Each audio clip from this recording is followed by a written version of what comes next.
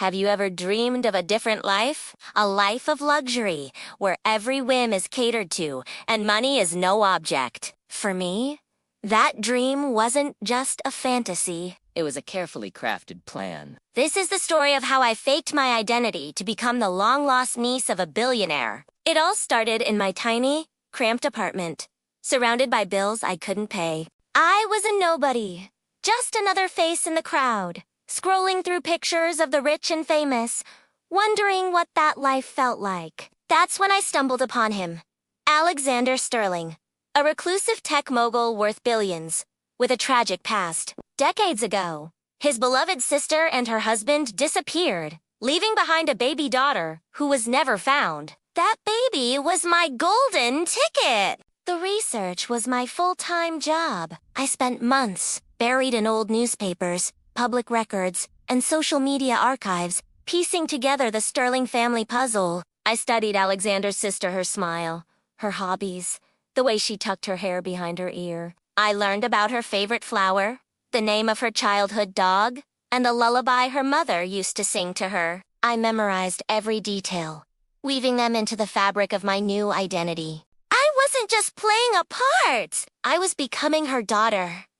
Next came the physical transformation. I dyed my hair to match her mother's shade of auburn. I bought vintage-style clothes that mirrored her classic taste. I even got a tiny, faint scar tattooed on my wrist to match a childhood injury mentioned in an old family letter ID, unearthed. Looking in the mirror was like seeing a ghost from the past. A ghost that was about to be brought back to life. The hardest part was practicing the mannerisms, the subtle gestures. I spent hours in front of the mirror, perfecting a wistful look, a gentle laugh, a way of holding my head that was supposedly a Sterling family trait. Then came the most critical step, creating the evidence. I needed something tangible, something undeniable. With the last of my savings, I hired a discreet forger to create a set of old, weathered letters, supposedly from my mother, written to a friend, detailing her secret life after she disappeared. I also had a faded photograph created, showing a woman who looked strikingly like Alexander's sister, holding a baby me. Finally, the masterpiece, a slightly damaged birth certificate, aged to perfection, listing me as Anastasia Sterling. With my new identity solidified, it was time to make my move. The plan couldn't be aggressive. I couldn't just show up at his mansion.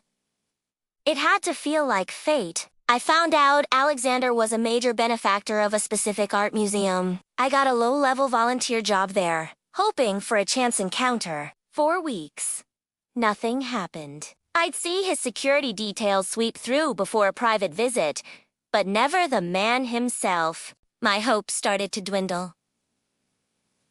Was this all for nothing? Then one rainy Tuesday afternoon, it happened. He came in for an unscheduled, private viewing of a new exhibit. My heart hammered against my ribs. This was it. As he walked past the gallery where I was stationed, I accidentally dropped a folder of papers. They scattered across the polished floor. Classic!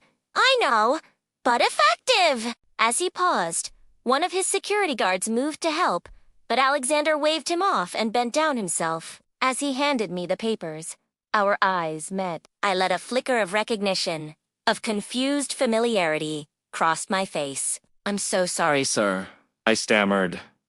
He just nodded, but I could see a question in his eyes. Before he could walk away, I took the plunge. "It's just, you remind me so much of someone I've only seen in a photograph," I said, my voice trembling just enough. "My mother told me I got my eyes from her side of the family." That was the hook. His curiosity was piqued.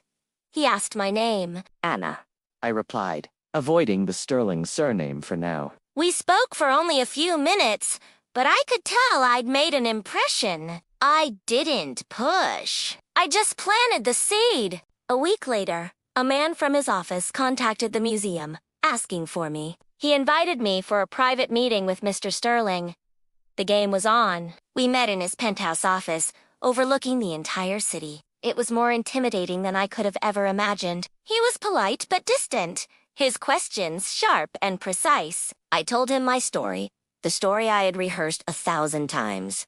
A life spent moving around with a mother who was always looking over her shoulder, who spoke of a wealthy family she'd left behind due to a terrible misunderstanding. I talked about her recent passing and how, among her belongings, I'd found a box of old keepsakes, including the birth certificate and the photograph. I carefully presented my evidence. I watched his face as he examined the forged letters, his fingers tracing the faded ink. He was a brilliant man. He wasn't going to be fooled easily. He said he'd need to verify everything. He was going to have his team run a full investigation, including a DNA test. For a second, my blood ran cold.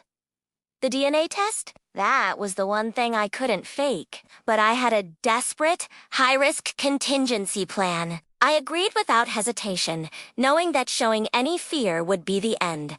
The days that followed were pure torture. My entire future hinged on a single, risky gamble. The day of the DNA test arrived. As the specialist prepared the kit, I feigned a coughing fit, using the moment of distraction to quickly swap the sterile cotton swab for one. I had prepared earlier one containing DNA I had painstakingly acquired from a discarded water bottle used by a distant legitimate sterling cousin I had tracked down weeks before. It was the boldest, most insane move of my life. 2 weeks later, the call came. Mr. Sterling would like to see you.